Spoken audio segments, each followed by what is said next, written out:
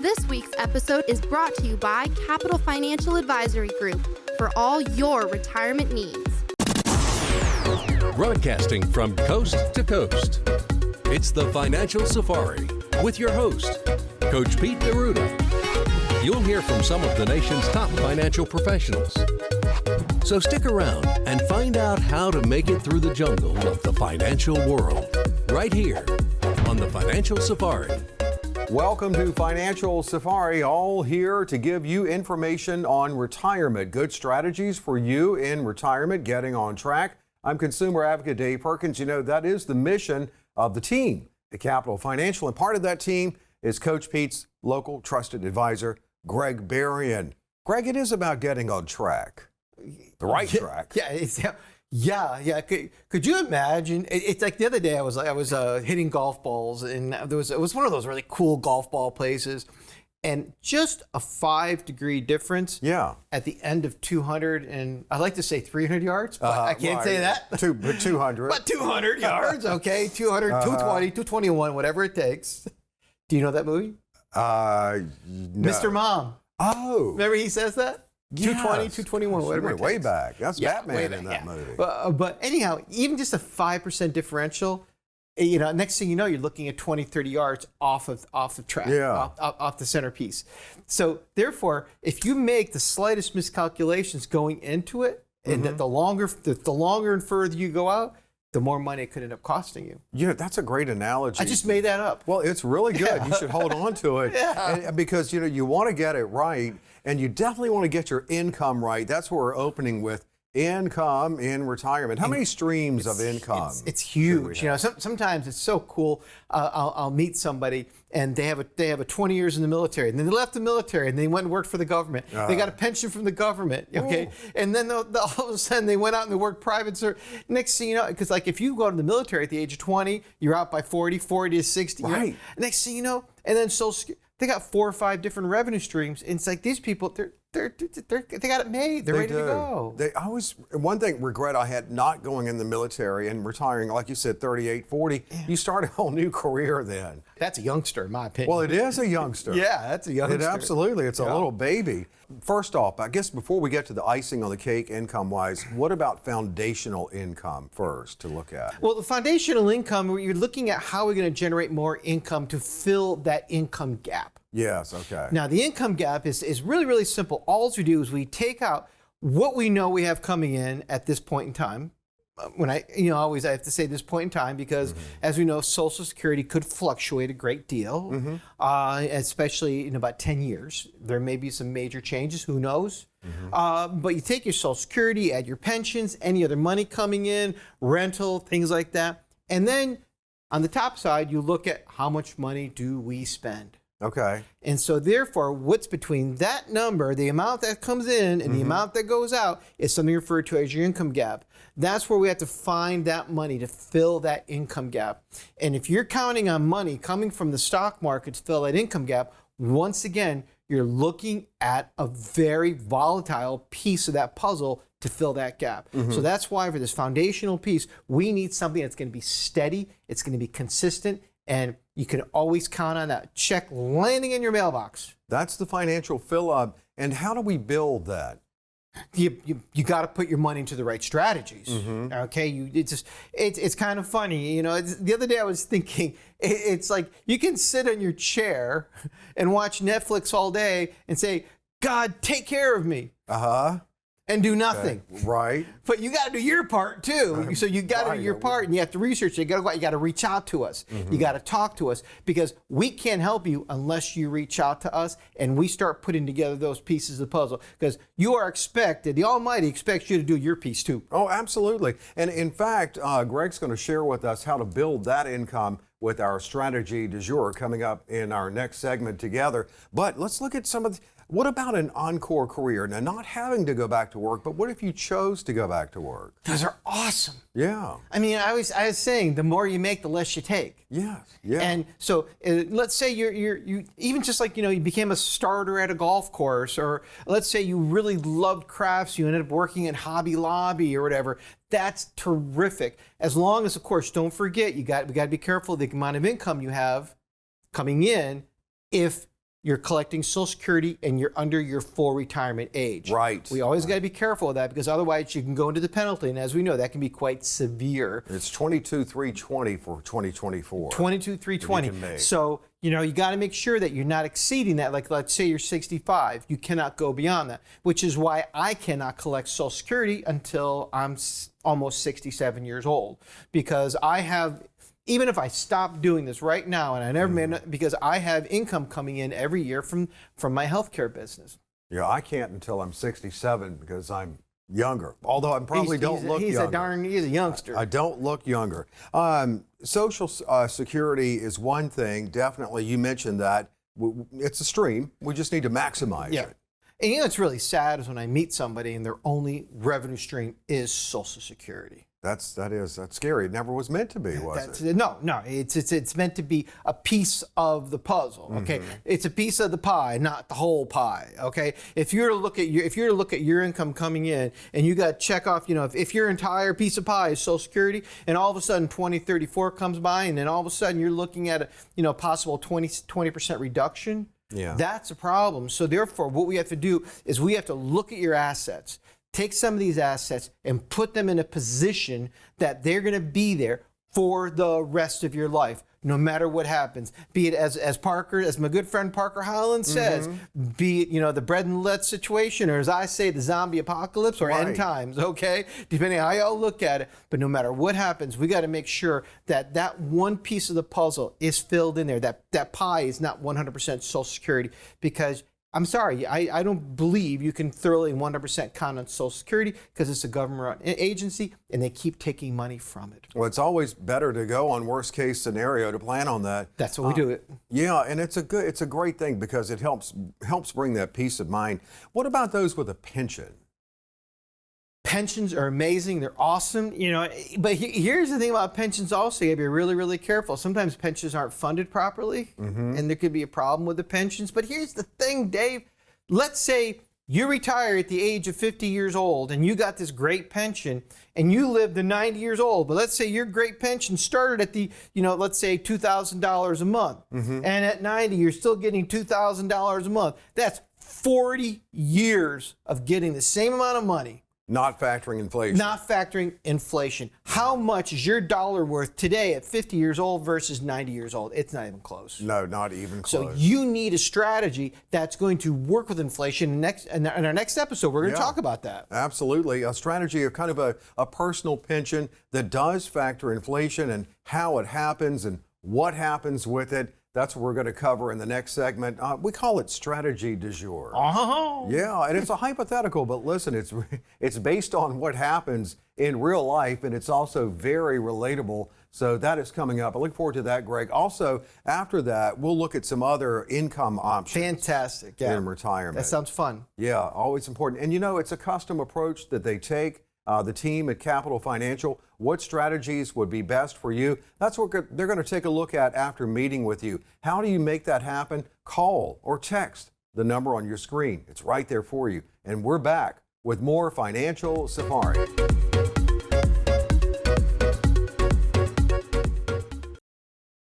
Folks, just like a perfect pass, your retirement plan needs precision and strategy.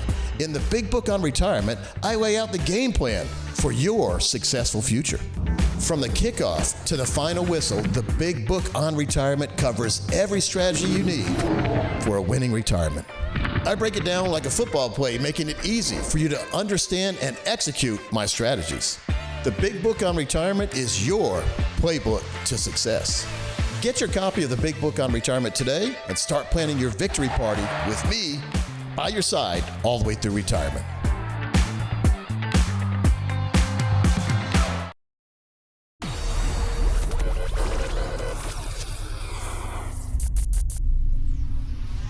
We talk to people every single week, and the problem seems to be confusion. Yeah. People are confused. I mean, there's three main things people want, though. When I whittle it down, I say, what's really important to you? One is safety. Okay, yeah. Now, safety in our life, like who doesn't want to be safe? Yeah, right. Now, how many seatbelts can you put on to be extra safe or too safe, right? Yeah, so exactly. Safety, though, in life, in the financial world, means just making sure you're not taking too much risk with money you cannot afford to lose.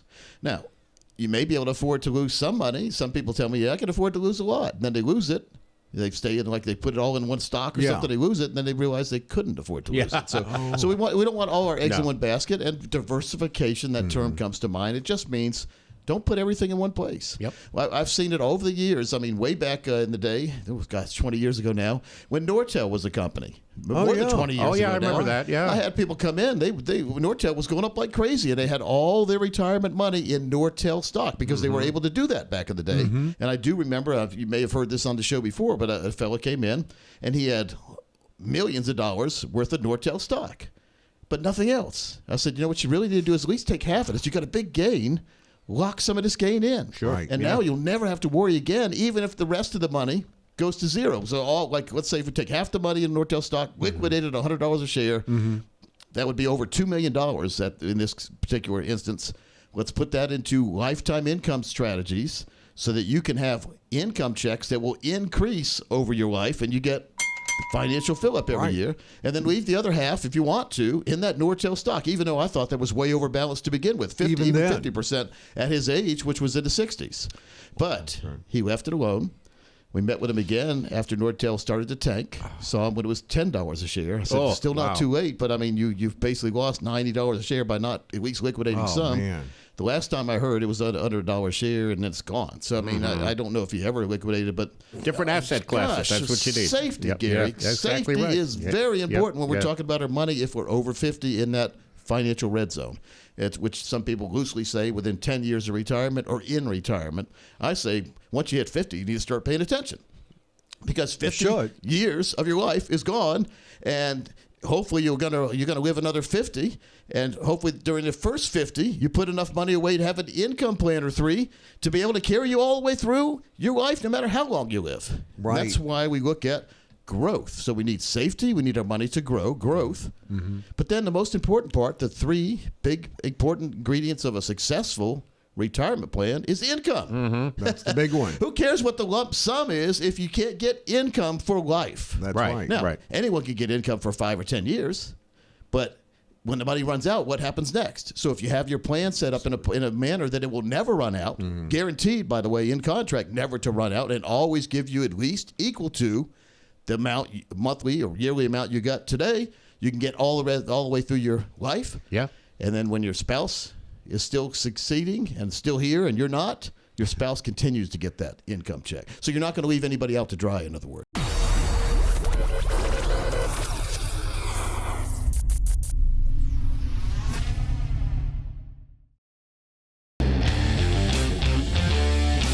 Go to yourmoneydesk.com. We have a treasure trove of resources on the site where you can explore concepts like this and just get to know your own retirement a little bit better as you head into it. One other site is retirementhealthcenter.com. Yes, we'll put them on the screen here, retirementhealthcenter.com. Videos, we try to keep them 4 minutes or less. We do. Because attention spans these days are about 4 minutes or less. And so, but they explain about anything you could ever thought of. We've done them on like everything from crypto to safe money to risk money to retirement income. Both of these sites now have multiple calculators on them, so be sure to head over to yourmoneydesk.com. Retirementhealthcenter.com.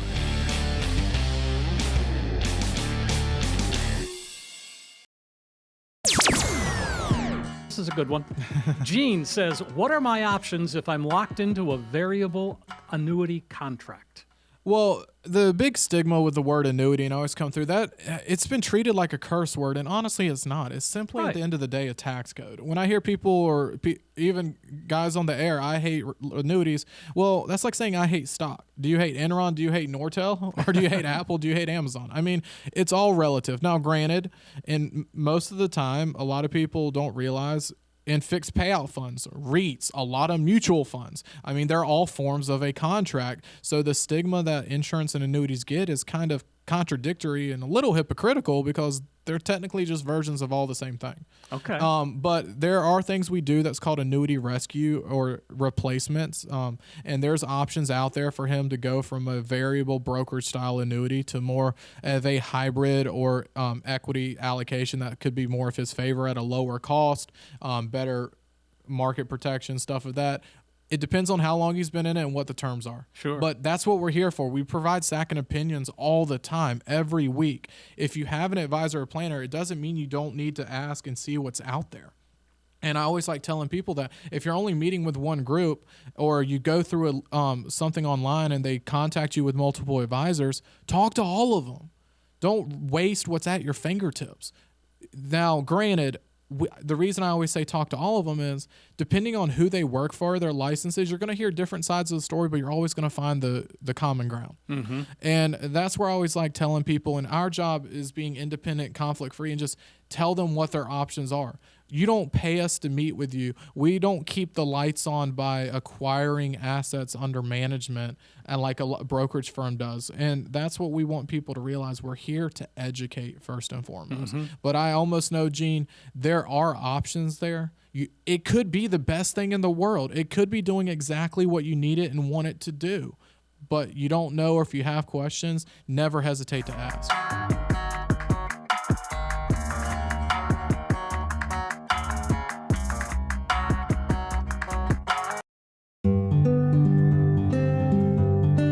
Hey everyone, Thomas here with Broadcasting Experts. I am always impressed with what folks can do in just a short amount of time in our studios. Wanted to tell you about a recent example of this. Whitaker & Hamer, a Triangle-based law firm, recently came in, spent 3.5 hours in our studio. All they had to do when they came in, we had the studio prep for them, of course, like we always do. They came in, we mic'd them up, and they began cutting content. 3.5 hours later, they were able to walk away, and guess what they had to show for it? If I select the final videos Jose has finished editing, there are 19 short programs and 5 commercials totaling an hour and 53 minutes of finished video content. Professional, high-end video full of interesting information about their firm. And all of this was accomplished and delivered to the client in less than 12 working hours after they left our building, which I find absolutely incredible. I love that our team can do this. And the audio could even be used for podcasting efforts. Don't forget, we produce a large amount of podcast and radio content here as well. The point is, don't overcomplicate things. This could be you just as easy. You can walk away with professional, high-end content produced without a lot of hassle. It's what we love to do here at Broadcasting Experts. So give us a call. We'd love to set up a tour of the studio with you. $1 million could be enough if you don't want to do too much. But let's put together $1 million is still a lot of money, and if you have it in the right place, you can have an income plan that could give you $50,000 or $60,000 or $70,000 a year in income forever with that $1 million. Yep. If you do it right. So it's all about getting the right plan. Do you really know what a fiduciary is? Not many people do. I can't even say that. They hear that term, right? You know, growing up, it was always attorney-client privilege, and attorneys had a fiduciary duty not to tell your business to anybody else, just like a doctor and that kind of thing. But same thing in the financial world. The fiduciary in the financial world, they have to do what's best for you. And that's not a novel concept. We've always been doing that. I mean, it should be automatic to do what's right for your clients, shouldn't it? For sure. Basically, you're going to tell us what to do with our money. And we're going to show you, I'm going to do it the right way, and we're going to make sure to treat you as our own family. And that's what most people are missing with their financial advisors. So let's do that for you. Pensions are mainly gone. Now, they used to work for a company for 30 or 40 years, and then they pay you forever through retirement till you die. Well, what if they don't match my 401k? Well, now a 401k is basically the company saying it's up to you to save for your own pension. You have to save on your own. And if they don't give you a match, that's even putting you further behind. But if they give you a 401k, take advantage of it. Put some money away, Amanda, because it doesn't hurt that much, and it comes out pre-tax, and it builds your retirement plan. It's not a bill. It's a bill from you for your future you saying, give me some money in retirement. Well, you know, taxes are not going to go away, Amanda, are they? I mean, Never. You're going to always pay them. Unfortunately. And the secret here in the tax game is to pay your share, but not overpay your share. And too many people are overpaying because they don't understand the tax code. 80,000 pages or whatever. Some of those pages benefit you. And we've identified some of those pages. So if you'd like to have a tax plan to look ahead in the tax system to protect your behind from the tax man, my team and I will do that for you, as well as a true total retirement plan.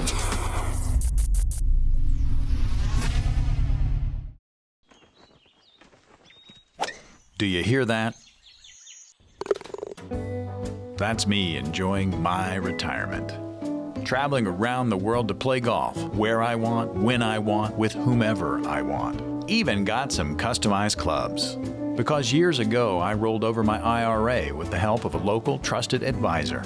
Contact us to get started today. This is a no-cost, no-obligation retirement review to help educate and enlighten.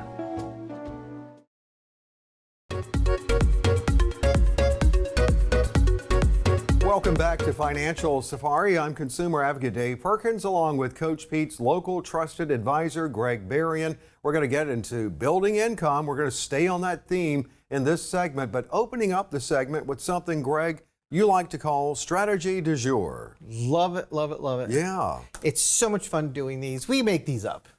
Right. These are hypotheticals. Yeah. Okay. And this particular hypothetical, it's a 65-year-old man. Okay. Okay. 65-year-old man, and this person's married. How much money's he got?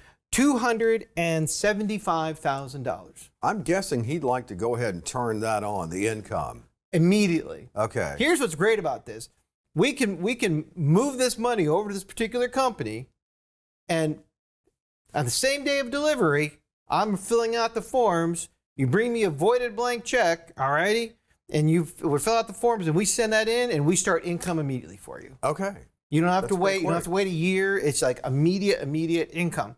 So here's what's really neat about this. So if you're married, of course, it's great. You can do this on both yourself and your spouse, with your spouse being your primary beneficiary. So let's say in this scenario, this happens and you end up passing away and your spouse ends up saying, oh, I'd rather just take the money. Any money left in the account will go to your spouse. But ideally, if the spouse is smart, they'll say, I want to keep it. I want to keep it because as long as that spouse is alive, that spouse will keep getting the money. Just like a pension. The income's coming to the income will keep coming in. As you know, David, most advisors don't like doing more than 4%. Right. On taking on the amount of money you can take out, 5 at max. Some are even going to 3 right now. Yeah, yeah. On this scenario, they're going to start this couple out with a 5.55% amount of income coming in for them. Okay, that's good. 5.55%, which is amazing. Yeah. If you think about it, there's nobody. I would never recommend anything more than that. But this is the guaranteed piece, and so we're going to look at first of all if the whole world blew up. It was like everything was messed up for the rest of your life. Okay, the markets are doing terrible. Zombie apocalypse. Okay, bread and lead. So this person's going to start out with $15,263. Okay, and they will get that money for the rest of their life. And even if that money runs out, they're going to keep getting that money for the rest of their life. Okay. Okay. Let's say the investor and the spouse both pass away. Anything left goes to the beneficiaries. Okay. I've never heard of a pension that offers money to a beneficiary. No, I haven't either. I don't think that exists. Right. Okay, that doesn't exist, period, over and out. But let's say the market behaved as the way the market does, and it goes up, it goes down, but you're going to have your ups and downs. But in that scenario, at the end of year 5, you and your spouse are getting $17,693. So it's going up, and that's a conservative projection, I'm assuming. Conservative projection, yeah. Yeah. Just like the cost of milk's going up, just like your electric bill's going up, just like the price of gas is going up, your income's going up. I mean, it went up basically $2,000, about $180 probably. We talked about that last segment about the traditional pension not factoring. Right, exactly. So this is the antithesis of that. And then at the end of year 10, $20,512. Still going up. Still going up. Okay. And don't forget now, you put in $275,000, so you're getting like 8%. I'm just kind of like spitballing that on my mathematical brain. On conservative you're getting like 8% from the money you put in. And so finally, at some point in time, if you live long enough, at the year 14, you are now at $23,086. Wow. You start off at $15,000. But at this point in time, Dave, guess what? You have run out of money. There's nothing left there. You're out, but you're not destitute. But you're not done. Right. You will keep getting. I feel like El Popio. But wait, there's more. Right, exactly. Wait, there's more. And that's a good more. But no, there is more, because as long as you're alive, you're going to keep getting that money. As long as your spouse is alive, they will keep getting that money. And so let's say at the end of the day, I only went to age 94. Okay, on the $255,000, you both pass away. You have collected $653,240 in total from that 275 original. Yeah. Strategies. Good and as we're going to get back into different income streams, that's one income stream for you. That's one. See, that's the one you want to cover that income gap. Yes, That's right. if there's that $1,000, $1,200 a month income gap, what a better way to cover that income gap. So now all of a sudden, all that red bucket money you have elsewhere, you don't have to touch that. Right. Not until you're 73 or 75, depending on when you were born. As far as when you're and that's mad money. That's money. That's play money. That's the money you take your cruise on. Right. That's the money you buy the new car with. That's the money you buy the new boat with. This is the money you buy the bread with.